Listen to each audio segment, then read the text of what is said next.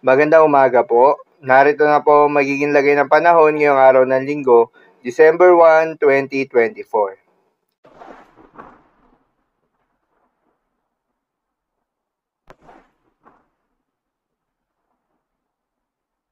Sa kasalukuyan na tayo sa pag-asa, patuloy na nakakaapekto itong shear line o yung salubungan ng malamig na hangin at mainit na hangin sa may southern Luzon. Dahil dito asahan yung maulap na kalangitan na may kalat-kalat na mga pagulan at thunderstorms. Habang yung northeast monsoon o hanging amihan ay nakakaapekto naman sa nalalabing bahagi ng Luzon. Intertropical Convergence Zone naman o ITCZ ang nakakaapekto sa ilang bahagi ng Mindanao kasama ng Palawan. Dahil dito asahan rin yung maulap na kalangitan na may kalat-kalat na mga pagulan at thunderstorms. Habang sa nalalabing bahagi ng ating bansa ay asahan naman yung generally fair weather condition maliban lamang sa mga panandaliang buhos ng ulan lalo na sa hapon o gabi dulot ng mga localized thunderstorms. Magandang balita naman dahil ayon sa pag-asa ay wala tayong binabantayan na low pressure area o bagyo sa loob o malapit sa Philippine Area of Responsibility na maring makaapekto sa ating bansa. Para naman sa ating long-range forecast at ipinapakita ng forecast model na ating ginagamit, magandang balita pa rin dahil wala namang namamataan na bagyo na tatawid sa ating bansa hanggang sa susunod na 3 araw. Ngunit asahan pa rin yung epekto ng northeast monsoon at shear line sa mga susunod na araw. Paalala lamang po na ang mga nasabing forecast ay posible pa pong magbago. Kaya naman patuloy lamang magantabay sa mga update nating ilalabas at ng pag-asa. Para naman sa magiging lagay ng panahon ngayong araw na Linggo, dahil nga sa epekto nitong shear line, asahan sa Metro Manila, Bicol Region, Calabarzon, Oriental Mindoro, Marinduque at Romblon ng maulap na kalangitan na may kalat-kalat na mga pagulan at thunderstorms. Posible ang mga pagbaha o pagguho ng lupa dahil sa katamtaman hanggang sa kung minsan ay malakas na pagulan.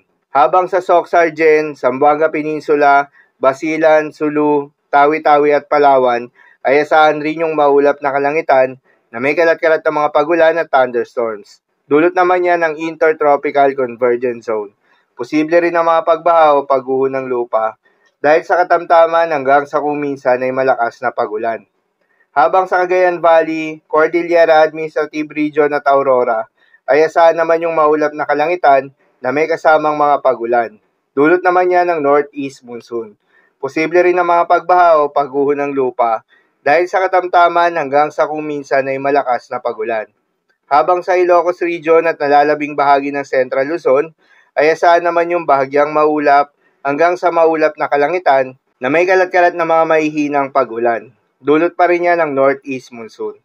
Habang sa nalalabing bahagi ng ating bansa ay asahan naman yung bahagyang maulap hanggang sa maulap na kalangitan na may kalat-kalat na mga pagulan o thunderstorms. Dulot naman yan ng mga localized thunderstorms. Posible rin na mga pagbaha o pagguho ng lupa during severe thunderstorms.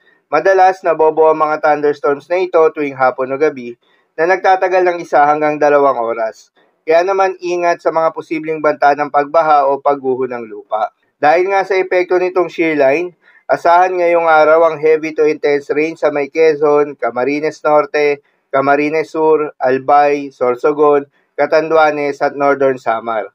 Habang moderate to heavy rains naman sa Laguna, Batangas, Oriental Mindoro, Marinduque, Romblon, Masbate, Aklan, Eastern Samar, Biliran at Leyte.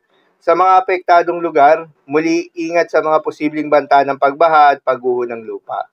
Para naman sa magiging lagay ng mga dagat baybayin, ayon sa pag-asa ay may nakataas pa rin tayo na gale warning sa mga seaboards ng Isabela, Northern Aurora at Polillo Islands. Dahil pa rin yan sa epekto ng northeast monsoon o hanging amihan. Ayon sa pag-asa ay huwag munang pumalaot yung mga kababayan nating mangingisda at yung may mga maliliit na sasakyang pandagat dahil inaasahan yung maalon hanggang sa napakaalon na karagatan. Habang sa nalalabing seaboards ng ating bansa ay asahan naman yung banayad hanggang sa katamtaman ng mga pag-alon. Ngunit pinag-iingat pa rin yung mga papalaot lalo na kung meron tayong offshore thunderstorms activity. Asahan pa rin yung tsansa ng malalakas na hangin at kaakibat nito ang bahagyang pagtaas ng mga pag-alon. So yun lamang po para sa lagay ng panahon ngayong araw ng Linggo. Keep safe everyone.